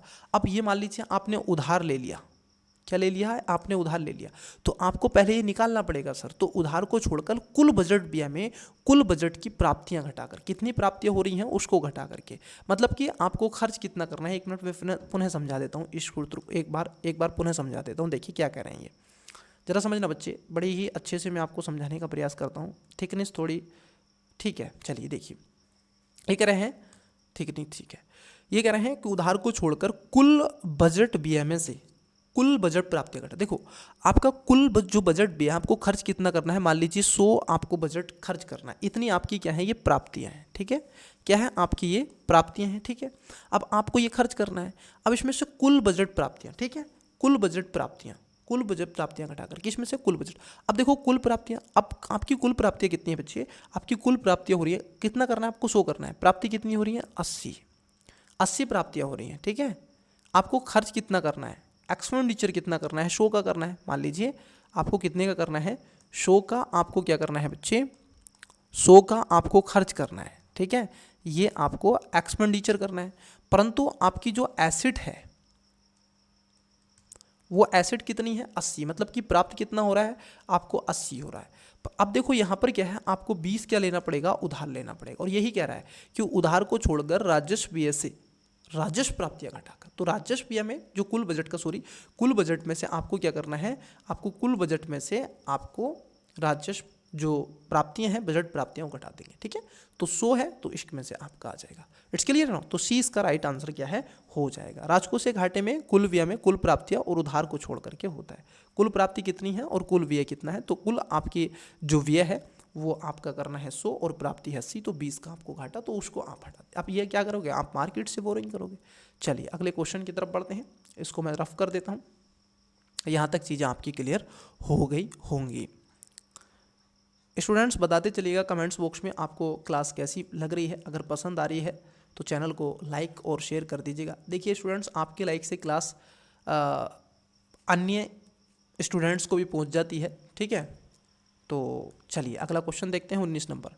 किसी अर्थव्यवस्था में आय का वर्तुल प्रवाह मुख्य रूप से किसके बीच संबंध को प्रदर्शित करता है? मतलब कि वर्तुल जो प्रवाह है वो मुख्य रूप से किसके बीच संबंध को प्रदर्शित करता है? ऑप्शन नंबर ए, उत्पादन और वितरण, बी, आय और व्यय, सी, आपूर्ति और मांग, और डी, सरकारी और निजी क्षेत्र। वीडियो को पॉज करें, करेक्ट आंसर बताएं, ठीक है। 19 नंबर का आई होप आपने इसका राइट आंसर दिया होगा। देखो किसी अर्थव्यवस्था में आय का वर्तुल प्रवाह मुख्य रूप से उसके बीच की आय और व्यय के रूप में काम करता है। क्या है? 20 का राइट आंसर हो जाएगा, आय और व्यय, मतलब कि आपकी इनकम कितनी है और एक्सपेंडिचर कितना कर रहे हैं। वर्तुल प्रवाह मॉडल अर्थशास्त्र में एक मौलिक अवधारणा है जो कि किसी अर्थव्यवस्था के मुद्रा, वस्तु और सेवाओं के निरंतर आवागमन को दर्शाता है। यह आय और व्यय के बीच संबंध को दर्शाने वाला एक क्या है देखने के लिए आपको मिलेगा। बाजार के उत्पादन कारक, ठीक है। तो सारी चीज़ें यहाँ पर होती हैं। इट्स क्लियर है नो। तो राइट आंसर क्या है, बी इसका करेक्ट आंसर हो जाएगा। चलिए 20 नंबर की तरफ बढ़ते हैं, 20 नंबर क्वेश्चन को देखने का प्रयास करते हैं। क्वेश्चन क्या है जानते हैं, देखिए क्वेश्चन जानिएगा 20 नंबर। चलिए देखिए, आई होप आपको क्वेश्चन विजिबल हो रहा है। आर्थिक दृष्टि से निम्नलिखित पदों पर विचार कीजिए। दो स्टेटमेंट है। पहला, मूल्य ह्रास से तात्पर्य है पूंजी उपभोग भत्ते से है, जिसके अंतर्गत समय के साथ अचल अस्तियों में आई टूट फूट का लेखा रखा जाता है। नंबर 2, माल सूची उन तैयार वस्तुओं के स्टॉक को दर्शाती है जिससे कोई व्यवसाय भविष्य की बिक्री या उत्पादन आवश्यकताओं के लिए रखता है। उपयुक्त कथनों में से कौन सा या शेष सही है या फिर है? ऑप्शन नंबर ए केवल एक, बी केवल दो, सी एक और दो दोनों, डी ना तो एक ना ही दो। वीडियो को पोस्ट करें, करेक्ट आंसर बताने का प्रयास करें। बड़ा अच्छा क्वेश्चन है प्यारे बच्चे, ठीक है, बहुत ही बढ़िया क्वेश्चन पूछा गया है। तो यहाँ पर जो पूछा गया है ये आर्थिक दृष्टि से क्वेश्चन पूछा गया है, इकोनॉमिकल, ठीक है। देखो, मूल्य ह्रास से तात्पर्य है पूंजी उपभोग भत्ते से। बिल्कुल, जब आप मूल्य ह्रास का मतलब है कि मान लीजिए पहले एक वस्तु 100 रुपये की मिलती थी, 100 रुपये में एक वस्तु मिलती थी, ठीक है। अब वही वस्तु क्या है, 200 रुपये में एक वस्तु मिलने लग रही है। तो आप बताइएगा मूल्य ह्रास हुआ है कि नहीं? तो यहाँ पर क्या है, वैल्यू आपकी कम हुई है, तो मूल्य आपका घटा है। तो बात क्या है, आपकी पहली वाली आप देखोगे सही हो जाएगी, क्योंकि इसके अंतर्गत समय के साथ अचल अस्तियों में आई टूट फूट लेखा रखा जाता है, ठीक है, सही है। तो पहला स्टेटमेंट ठीक है। दूसरा, माल सूची उन तैयार वस्तुओं और स्टॉक को दर्शाती है जिसे कोई व्यवसाय भविष्य की बिक्री या उत्पादन आवश्यकताओं के लिए रखता है। बिल्कुल, माल सूची क्या है, माल सूची की कितना आपने देखोगा ना, कितना माल है हमारे पास गोदाम के अंदर, तो ये इसको दर्शाएगा, ठीक है। भविष्य में आप रख सकते हैं, तो ये भी बात क्या है आपकी करेक्ट हो जाएगी। तो दोनों स्टेटमेंट यहाँ पर सही हैं, तो पहला और दूसरा मतलब कि सी इसका करेक्ट आंसर हो जाएगा। चलिए अगले क्वेश्चन की तरफ बढ़ते हैं। नेक्स्ट क्वेश्चन देखते हैं सर, क्या क्वेश्चन है, देखिए 21 नंबर। निम्नलिखित में से कौन सा कथन आय की माप का सटीक वर्णन करता है? मतलब कि आप यदि किसी की इनकम मापना चाहते हैं तो उससे सटीक वर्णन कैसे होगा? ऑप्शन नंबर ए, गुणक प्रभाव केवल उपभोक्ता व्यय से सर्जित आय को दर्शाता है। बी, निवेश व्यय राष्ट्रीय आय को प्रभावित नहीं करता। निवेश जो भी है, मतलब कि आप अगर इन्वेस्टमेंट पर खर्च करना चाहते हैं तो राष्ट्रीय आय प्रभावित नहीं होगी, होगी डेफिनेटली होगी। सी, सीमांत उपभोग प्रवृत्ति आय गुणक निर्धारित करती है। और डी, राष्ट्रीय आय और बचत विपरीत रूप से संबंधित होते हैं। वीडियो को पोस्ट करें, करेक्ट आंसर बताएं, ठीक है। देखिए, पहला वाला तो है नहीं इसमें, क्योंकि यहाँ पर एक्सियम वर्ड है, केवल उपभोग व्यय का सर्जन आय का दर्शाता नहीं। प्रभावित आय नहीं, ये भी गलत है, निवेश करोगे तो प्रभावित तो हो गई। ऑप्शन नंबर सी इसका राइट आंसर है कि सीमांत उपभोग प्रवृत्ति आय गुणक निर्धारित करता है। बिल्कुल ये वाली बात क्या हो जाएगी आपकी करेक्ट हो जाएगी, क्योंकि गुणक आय माप में एक महत्वपूर्ण अवधारणा होती है जो दर्शाता है कि आरंभिक व्यय में परिवर्तन अर्थव्यवस्था को किस प्रकार व्यापक रूप से प्रभावित करते हैं। ये सीमांत उपभोग MPC द्वारा निर्धारित किया जाता है, जो कि यह मापता है उपभोक्ता बचत के स्थान पर कितनी अतिरिक्त आय की खर्च की जाती है, ठीक है। तो इसका नाम ऑप्शन नंबर सी इसका राइट आंसर हो जाएगा, ठीक है। चलिए अगले क्वेश्चन की तरफ बढ़ते हैं। नेक्स्ट क्वेश्चन लेते हैं। क्वेश्चन है, देखिए क्या है, निम्नलिखित में से कौन सा कथन खुले बाजार परिचालन के बारे में सही है? जो आपका ओपन मार्केट है उसके बारे में क्वेश्चन पूछा जा रहा है, ठीक है।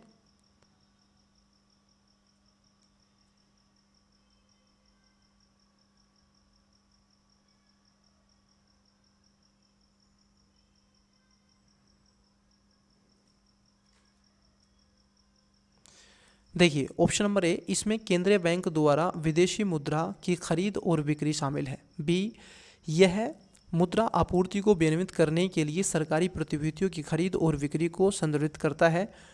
सी, इसका एकमात्र उद्देश्य अर्थव्यवस्था में मुद्रास्फीति को नियंत्रित करना है। किसका सर?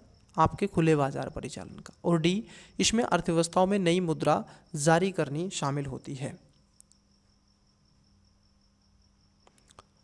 तो स्टूडेंट्स आपने इसका राइट आंसर दिया होगा। चलिए इसका राइट आंसर क्या होगा आइए देखते हैं, इसके करेक्ट आंसर की तरफ बढ़ते हैं। देखिए यहाँ पर खुले बाजार के बारे में आपसे क्वेश्चन पूछा गया है, ठीक है। तो खुले बाजार का मतलब होता है बच्चे, आप देखोगे 20 का राइट आंसर हो जाएगा। यह मुद्रा आपूर्ति को विनियमित करने के लिए सरकारी प्रतिभूतियों की खरीद और बिक्री को संदर्भित करने का प्रयास करता है, ठीक है।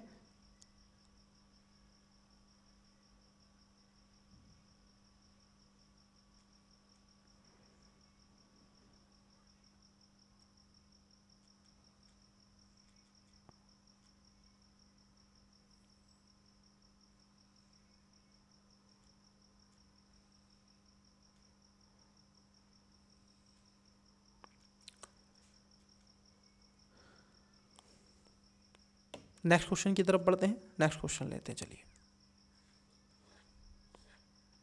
लेकिन नेक्स्ट क्वेश्चन लेने से पहले वन सेकेंड इंग्लिश वाले बच्चे देखिएगा, 14 नंबर 15 नंबर वीडियो को पॉज करके रहिएगा। 16 नंबर ऑप्शंस ये हैं।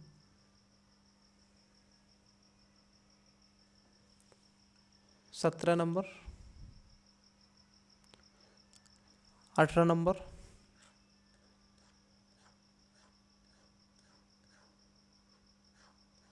19 नंबर, 20 नंबर, 21 नंबर, 22 नंबर। आइए चलते हैं नेक्स्ट क्वेश्चन की तरफ। देखिए क्वेश्चन क्या है, क्वेश्चन कथन से क्वेश्चन पूछा जा रहा है आपका, ठीक है। वीडियो को पॉज करें, करेक्ट आंसर बताइए। देखिए पढ़िएगा क्वेश्चन क्या है।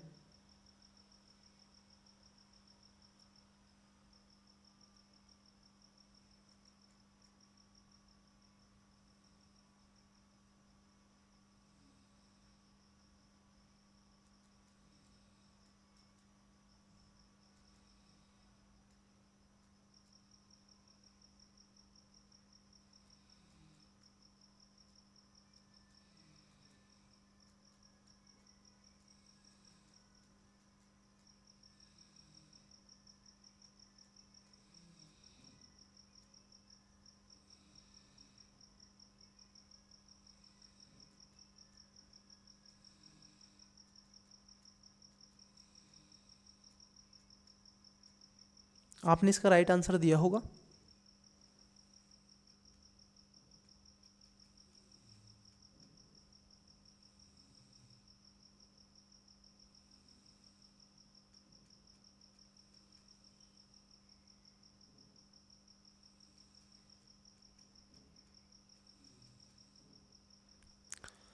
देखिए पहला कथन क्या है,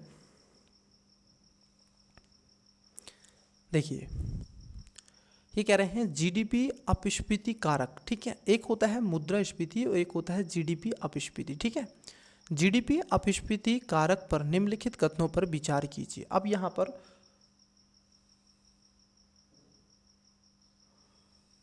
पर आपसे दो कथन हैं। पहला कथन क्या कह रहे हैं, ये कह रहे हैं कि यह सकल घरेलू उत्पाद में शामिल वस्तुओं की कीमतों में परिवर्तन को दर्शाता है। दूसरा है कि इसकी माप मौद्रिक जीडीपी को वास्तविक जीडीपी से विभाजित करके की जाती है। निम्न में से कौन सा सही है, ठीक है।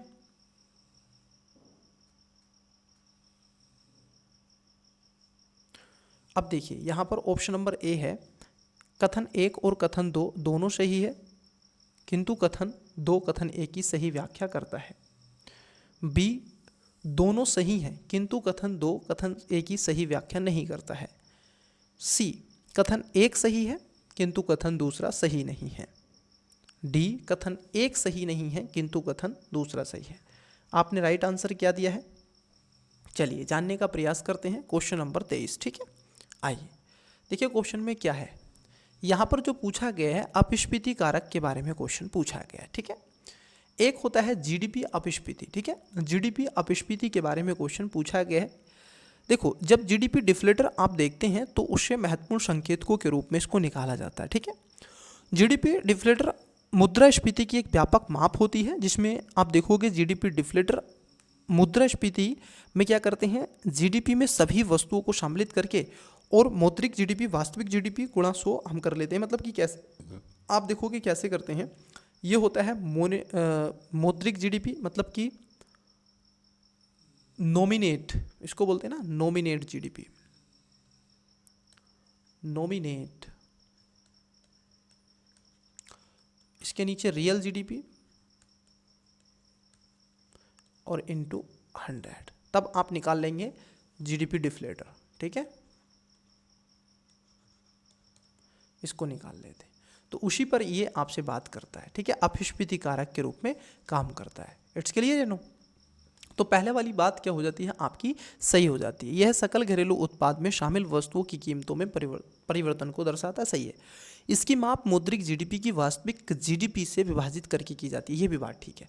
तो यहाँ पर दोनों सही हैं, और ये दूसरा मतलब कि कथन 2 जो है, कथन ए की सही व्याख्या भी करता है, मतलब कि ए इसका राइट आंसर हो जाएगा। कितने स्टूडेंट्स का कथन आप देखोगे सही था, और राइट आंसर ऑप्शन नंबर ए था। बताइएगा कमेंट्स बॉक्स में, हार्ड भेज के बताइएगा, हार्ड भेजिएगा, हार्ड भेजिएगा, हार्ड भेजोगे तो और भी हार्ड हो जाओगे बच्चे।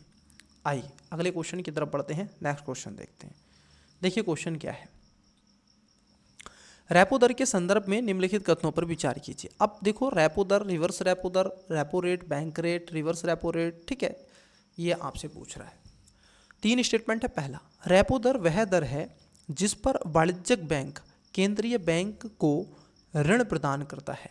नंबर 2, रेपो दर में वृद्धि से सामान्यतः मुद्रा आपूर्ति कम हो जाती है तथा इसका उद्देश्य मुद्रास्फीति के दबाव को नियंत्रित करना होता है।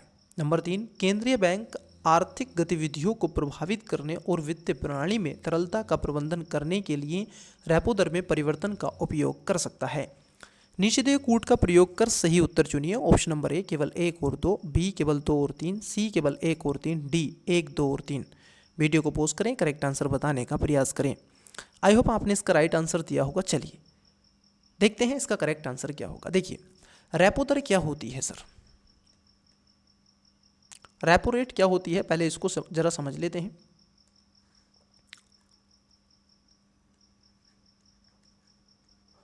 रेपो रेट से तात्पर्य क्या होता है, रेपो रेट वह दर होती है जिस पे आरबीआई क्या करता है, जो कॉमर्शियल बैंक होते हैं उनको क्या करता है, ऋण प्रदान करता है। ठीक है, रेपो रेट पर, और इसको क्या मिलता है, बदले में इंटरेस्ट मिलता है। ठीक है, आरबीआई को क्या मिलता है, इंटरेस्ट मिलता है, मतलब कि ब्याज मिलता है। तो पैसा क्या है, आरबीआई से बैंकों में जाता है। यहाँ पहले में क्या कर रहे हैं कि रेपो दर वह दर है जिस पर वाणिज्यिक बैंक केंद्रीय बैंक को ऋण प्रदान करते हैं। तो पहला वाला स्टेटमेंट क्या है, गलत है। ठीक है, जबकि आरबीआई से क्या है, आरबीआई से पैसा किधर जा रहा है, बैंकों पे जा रहा है। तो आरबीआई बैंकों को, कॉमर्शियल बैंकों को क्या है, पैसा प्रदान करता है, मतलब कि लोन देता है, ऋण देता है उनको। ठीक है, तो पहला वाला स्टेटमेंट गलत हो गया। अब बच्चे जैसे पहला वाला स्टेटमेंट गलत हुआ, आपका आंसर आपका निकल आया। ठीक है, तो इसमें आप देखोगे ए नहीं होगा, मतलब कि यहाँ पर 1 है, आंसर सी नहीं होगा, यहाँ पर 1 है, और आंसर डी नहीं होगा, यहाँ पर 1 है। मुझे नहीं पता, मान लीजिए, मुझे मालूम है हालांकि, लेकिन मान लीजिए मुझे नहीं पता कि दूसरा और तीसरा क्या, लेकिन आंसर निकल आया। ऑप्शन नंबर बी इसका करेक्ट आंसर है, मतलब कि 2 और 3 इसका करेक्ट है। बी दूसरा स्टेटमेंट एकदम करेक्ट है कि रेपो दर में वृद्धि से क्या होगा, मान लीजिए कि रेपो रेट में क्या हो गया, रेपो रेट क्या थी, आरबीआई की रेपो रेट मान लीजिए 4% पे थी। अब रेपो रेट उसने क्या कर दी, 6% पे कर दी। क्या बैंक अब इससे 6% पर पैसा लेंगे, नहीं ना। वैसे ही क्या है, केंद्रीय बैंक आर्थिक गतिविधियों को प्रभावित करने और वित्तीय प्रणाली में तरलता का प्रबंधन करने के लिए रेपो दर में परिवर्तन का उपयोग कर सकता है, बिल्कुल कर सकता है। मान लीजिए बहुत अधिक मात्रा में जो मनी है मार्केट में ज़्यादा हो गया, तो लिक्विडिटी ज़्यादा होगी, तो उस स्थिति में इसको क्या करना है, कंट्रोल भी तो करना है। तो 20 का क्या हो जाएगा बच्चे, करेक्ट आंसर हो जाएगा ऑप्शन नंबर बी। चलिए अगले क्वेश्चन की तरफ बढ़ते हैं, नेक्स्ट क्वेश्चन लेते हैं। देखिए क्वेश्चन क्या है, क्वेश्चन है आपका 25 नंबर, राष्ट्रीय आय लेखांकन के संदर्भ में निम्नलिखित कथनों पर विचार कीजिए। राष्ट्रीय आय लेखांकन मतलब कि नेशनल इनकम को कैसे आप लिखो। 2 स्टेटमेंट है। पहला, राष्ट्रीय आय में बाजार और गैर बाजार दोनों प्रकार के लेन देन को ध्यान में रखा जाता है। नंबर 2, राष्ट्रीय आय के मापन के लिए आय विधि, व्यय विधि और उत्पाद विधि सभी मान्यता प्राप्त विधि हैं। नीचे दिए गए कूट का प्रयोग कर सही उत्तर चुनिए। ऑप्शन नंबर ए केवल एक, बी केवल दो, सी एक और दो दोनों, डी ना तो एक नहीं तो। वीडियो को पॉज करें, करेक्ट आंसर बताने का प्रयास करें। आई होप आपने इसका राइट आंसर दिया होगा। देखिए, राष्ट्रीय आय के लेखांकन को एक बड़ा क्राइसिस यही है कि किसको हम आधार माने। हम व्यय विधि को माने मतलब कि एक्सपेंडिचर को माने, या फिर इनकम को माने मतलब कि आय को माने। प्रॉब्लम ये है, हम इनकम सोर्स को रखें कि आपकी इनकम कहाँ से हो रही है या फिर आप कहाँ कहाँ व्यय कर रहे हैं, तो ये एक बड़ा इसमें क्राइसिस है। तो पहला स्टेटमेंट गलत है, क्योंकि ये कह रहे हैं कि राष्ट्रीय आय में बाजार और गैर बाजार दोनों प्रकार के लेन देन को ध्यान में रखा जाता है, ये गलत है। दूसरा सही है कि राष्ट्रीय आय के मापन के लिए आय विधि, व्यय विधि और उत्पादन विधि सभी मान्यता प्राप्त विधि हैं। इसमें दोनों को रख लिया गया, तीनों को, सॉरी, आपका जो प्रोडक्शन, ठीक है, जो मेथड है, उसके साथ साथ इनकम मेथड और एक्सपेंडिचर मेथड, दोनों को, तीनों को रखा गया। तो बी इसका राइट आंसर होगा, मतलब कि ऑप्शन नंबर बी केवल दो इसका करेक्ट आंसर हो जाएगा। यहाँ तक चीज़ें मुझे लगता है कि आपकी क्लियर हो गई होंगी। चलिए अगले क्वेश्चन की तरफ पढ़ते हैं, अगला क्वेश्चन लेते हैं। नेक्स्ट क्वेश्चन क्या है, आइए देख लेते हैं। उम्मीद करता हूँ कि आपको सारी चीज़ें क्लियर हो रही होंगी। देखिए क्वेश्चन नंबर 26 को जान लेते हैं क्या है। जूम कर लेते हैं, कई बच्चे कह रहे हैं सर थोड़ा सा जूम से ही रहने दीजिएगा तो थोड़ा क्वेश्चन क्लियर दिखता है। ठीक है, चलिए ऑप्शंस थोड़ा बाद में देखेंगे। देखिए क्या पूछ रहे हैं आपसे, ये कह रहे हैं आय का वर्तुल प्रवाह के संदर्भ में निम्नलिखित युगों पर विचार कीजिए। अभी ये क्वेश्चन रिपीट है, ये क्वेश्चन क्या है, रिपीट है सर। अभी मैंने इसका लास्ट क्वेश्चन आपसे करवाया था वर्तुल प्रवाह, ठीक है, और आपने इसका राइट आंसर भी दिया होगा। अब देखो प्रवाह के प्रकार हैं और उदाहरण हैं। अब विषय क्या है, वर्तुल एक शब्द है, वर्तुल प्रवाह क्या है, तो आय से संबंधित था वहाँ पर, ठीक है, आय का ऑप्शन था उसका। अब यहाँ पर आपसे पूछा गया है, ठीक है, इसको जरा देखिएगा, प्रवाह के प्रकार दे के रखे हैं और उदाहरण है, ठीक है।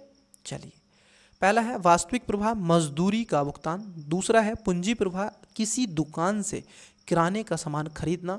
और तीसरा है वित्त प्रवाह, एक परिवार द्वारा बॉन्ड में निवेश करना। उपर्युक्त युग्मों में से कितने सही सुमेलित हैं? ऑप्शन नंबर ए केवल एक, बी केवल दो, सी एक और दो दोनों, डी ना तो एक, सॉरी, सी में कह रहे हैं तीनों और डी में कह रहे हैं कोई नहीं। वीडियो को पॉज करें, करेक्ट आंसर बताएं। आई होप आपने इसका राइट आंसर दिया होगा। देखिए पहला स्टेटमेंट क्या है, पहला स्टेटमेंट है वास्तविक प्रवाह। वास्तविक प्रवाह का मतलब क्या होता है, वास्तविक प्रवाह अर्थव्यवस्था में वास्तविक वस्तुओं और सेवाओं की आवाजाही को संदर्भित करता है, ठीक है। इसमें किसी स्टोर से किराने का सामान खरीदना होता है, ठीक है, किससे है, किसी स्टोर से किराने का सामान खरीदना होता है। इसमें वस्तु और सेवा दोनों को शामिल किया जाता है, तो पहला स्टेटमेंट गलत है। जब पहला गलत हो गया तो दूसरा भी गलत हो गया। पूंजी प्रवाह मजदूरी का आप देखोगे भुगतान को दर्शाने का प्रयास करता है, ठीक है। श्रम या फिर अन्य उत्पादन आगत के बदले वित्त भुगतान किया जाता है, तो उसमें हम कहते हैं वित्त प्रवाह जो होता है, ये एक परिवार द्वारा बॉन्ड में निवेश को वित्त प्रवाह कहते हैं। तो कितने सुमेलित हैं, ये पूछा था ना आपसे, तो कितने सही सुमेलित हैं, ठीक है, यही तो है स्टेटमेंट का, ठीक है। तो इसमें केवल एक सुमेलित है, मतलब कि आपका तीसरा वाला सुमेलित है, पहला और दूसरा इसमें गलत है, वो सुमेलित नहीं है। इट्स क्लियर है ना। आइए 27 नंबर देखते हैं, क्वेश्चन नंबर आपका है 27 नंबर। क्या कह रहे हैं, आइए देख लेते हैं। ये कह रहे हैं खुली अर्थव्यवस्था के बारे में निम्नलिखित कथनों पर विचार कीजिए। ओपन जो इकोनॉमी होती है उसके बारे में दो स्टेटमेंट है। पहला, खुली अर्थव्यवस्थाएं उत्पादन, वित्त और श्रम बाजारों के माध्यम से अन्य अर्थव्यवस्थाओं के साथ अंतःक्रिया करती हैं। नंबर दो, खुली अर्थव्यवस्था में विदेशी मुद्रा दर अप्रासंगिक होती है। उपर्युक्त कथनों में से कौन सा या से सही है या फिर हैं? ऑप्शन नंबर ए केवल एक, बी केवल दो, सी एक दो और दोनों, डी ना तो एक नहीं दो। वीडियो को पॉज करें, करेक्ट आंसर बताएं 27 का, ठीक है। आपने इसका राइट आंसर बताया होगा। देखिए पहला वाला स्टेटमेंट की बात कर लें तो खुली अर्थव्यवस्था क्या है, ओपन मार्केट एक ऐसी अर्थव्यवस्था होती है। भारत क्या है, भारत एक आप देखोगे ओपन इकोनॉमी है, मतलब कि भारत विदेशों के साथ में आप देखोगे एक्सपोर्ट भी करता है और इंपोर्ट भी करता है, ठीक है, फॉरेनर अन्य विश्व के साथ में, संपूर्ण विश्व के साथ में क्या है, ये व्यापार भी करता है, आयात और निर्यात दोनों करता है। तो ये खुली अर्थव्यवस्था है। और ये कब खुली थी, तो ये खुली थी एलपीजी रिफॉर्म के पश्चात, ठीक है। तो पहला स्टेटमेंट सही है कि खुली अर्थव्यवस्थाएं उत्पादन, वित्त और श्रम बाजारों के माध्यम से अन्य अर्थव्यवस्थाओं के साथ अंतःक्रिया करती हैं, ये बात एकदम ठीक है। तो पहला स्टेटमेंट सही हो गया। दूसरा है खुली अर्थव्यवस्था में विदेशी मुद्रा का अप्रासंगिक होती है। नहीं सर, अप्रासंगिक नहीं होती बल्कि प्रासंगिक होती है। एफडीआई आता है महोदय, एफडीआई आता है, एफपीआई भी आता है। इट्स क्लियर है ना। तो ये आपका क्या होगा, दूसरा गलत हो जाएगा। पूछा था कौन सा या शेष सही है या फिर है, तो यहाँ पर दूसरा गलत है, मतलब कि बी आंसर नहीं होगा और सी आंसर नहीं होगा, क्योंकि यहाँ पर 2 है। आपका ए इसका राइट आंसर हो जाएगा, केवल एक, ओनली 1, क्योंकि इसमें करेक्ट आंसर केवल एक स्टेटमेंट सही है। ठीक है, चलिए अगले क्वेश्चन की तरफ बढ़ते हैं। अगला क्वेश्चन देखते हैं। क्वेश्चन नंबर है 28 और ये क्वेश्चन दर्शा रहे हैं कथन से। ठीक है, देखिए क्या है कथन 1 क्या कह रहे हैं और कथन 2 क्या कह रहा है। देखिए पहला है, जब व्यय प्राप्तियों से अधिक हो जाता है तो सरकार के बजट में घाटा हो जाता है। मतलब कि जब व्यय क्या है, मतलब कि आपकी प्राप्तियां क्या है, कम है, और आपका जो व्यय है मतलब कि खर्च है वो अधिक है, तो निश्चित रूप से आपका क्या होगा, घाटा ही होगा। ठीक है, ये कह रहे हैं जब व्यय प्राप्तियों से अधिक हो जाता है तो सरकार घाटे में चली जाती है। बात सही है, घाटा होता है। दूसरा कथन है, पूंजीगत प्राप्तियों में वृद्धि ही बजट घाटे का एकमात्र कारण है। उपयुक्त कथनों में के संदर्भ में निम्नलिखित में से कौन सा सही है। ऑप्शन नंबर ए, कथन 1 और कथन 2 दोनों सही है, किंतु कथन 2 कथन 1 की सही व्याख्या नहीं करता है। बी, कथन 1 और कथन दोनों सही है, किंतु कथन 2 कथन 1 की सही व्याख्या नहीं करता है। सी, कथन 1 सही है किंतु कथन दूसरा सही नहीं है। डी, कथन 1 सही नहीं है किंतु कथन 2 सही है। वीडियो को पॉज करें, करेक्ट आंसर बताएं। इसका राइट आंसर क्या होगा बताने का प्रयास कीजिएगा। देखिए पहला स्टेटमेंट जो कथन है वो सही है, दूसरा कथन आपका गलत है। ये कह रहे हैं कि पूंजी व्यय में वृद्धि ही बजट घाटे का एकमात्र कारण है। नहीं, ऐसा नहीं है। अगर आप पूंजी व्यय में वृद्धि करोगे तो बजट का घाटा होगा, नहीं। अगर आप राजस्व व्यय भी करोगे, समझना, अगर आप राजस्व व्यय अगर करोगे तो उससे भी क्या होगा, उससे भी आपका घाटा होगा ही होगा। तो स्टूडेंट्स आप देखोगे यहाँ पर दूसरा स्टेटमेंट आपका क्या हो जाएगा, गलत हो जाएगा। ठीक है, दूसरा स्टेटमेंट क्या है आपका, कथन जो दूसरा है वो गलत हो जाएगा और पहला सही हो जाएगा।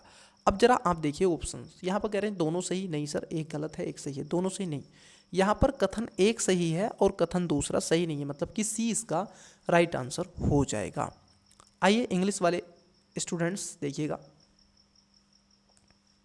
बताइएगा राइट आंसर।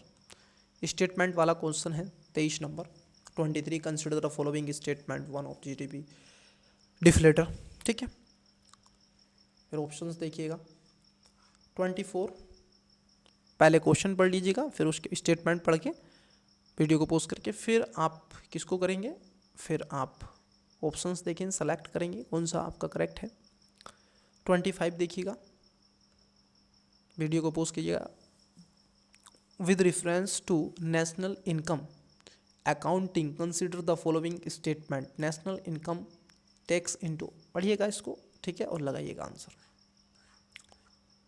उसके बाद में 26, ठीक है, पेयर देके रखे हैं related to circular flow of income. ठीक है, बताइएगा ये रियल फ्लो क्या है, मनी फ्लो क्या है, फाइनेंशियल फ्लो क्या है। ठीक है, 27 वीडियो को पोस्ट करें। 28 में स्टेटमेंट है, पहले पढ़ लीजिएगा स्टेटमेंट 1 स्टेटमेंट 2 और फिर उसके बाद में आप ऑप्शंस यहाँ पर लगा दीजिएगा। चलिए अगले क्वेश्चन की तरफ बढ़ते हैं। देखिए क्वेश्चन क्या है। क्वेश्चन है आपका 29। क्वेश्चन में क्या पूछा जा रहा है, ये कह रहे हैं, क्वेश्चन में आपसे पूछ रहे हैं बच्चे, 1 सेकेंड, कुछ मिस्टेक इसमें होती है, पता नहीं क्या हो रहा है, इसको मैं एक बार चेक करवाऊँगा। थोड़ा सा टेक्निकल इशू है, थोड़ा टेक्निकल इशू है। देखिए ये क्या पूछ रहे हैं आपसे, लैग कर रहा है क्या, इंटरनेट लैग कर रहा है क्या। 29 है, निम्नलिखित में से कौन रोजगार ब्याज और धन के सामान्य सिद्धांत पर अपने कार्य के लिए जाने जाते हैं। निम्नलिखित में से कौन रोजगार ब्याज और धन के सामान्य सिद्धांत पर अपने कार्य के लिए जाने जाते हैं। Option number A Adam Smith, B Milton Friedman, C John Maynard Keynes और डी डेविड रिकार्डो। वीडियो को पोस्ट करें, करेक्ट आंसर बताएं। बड़ा अच्छा क्वेश्चन है, मतलब कि रोजगार ब्याज धन के लिए जाने जाते हैं। तो करेक्ट आंसर क्या हो जाएगा? ऑप्शन नंबर आप देखोगे सी इसका राइट आंसर हो जाएगा। जॉन मेडियान किन्स इनका नाम है, और किन्स का फार्मूला आपने पढ़ाई होगा।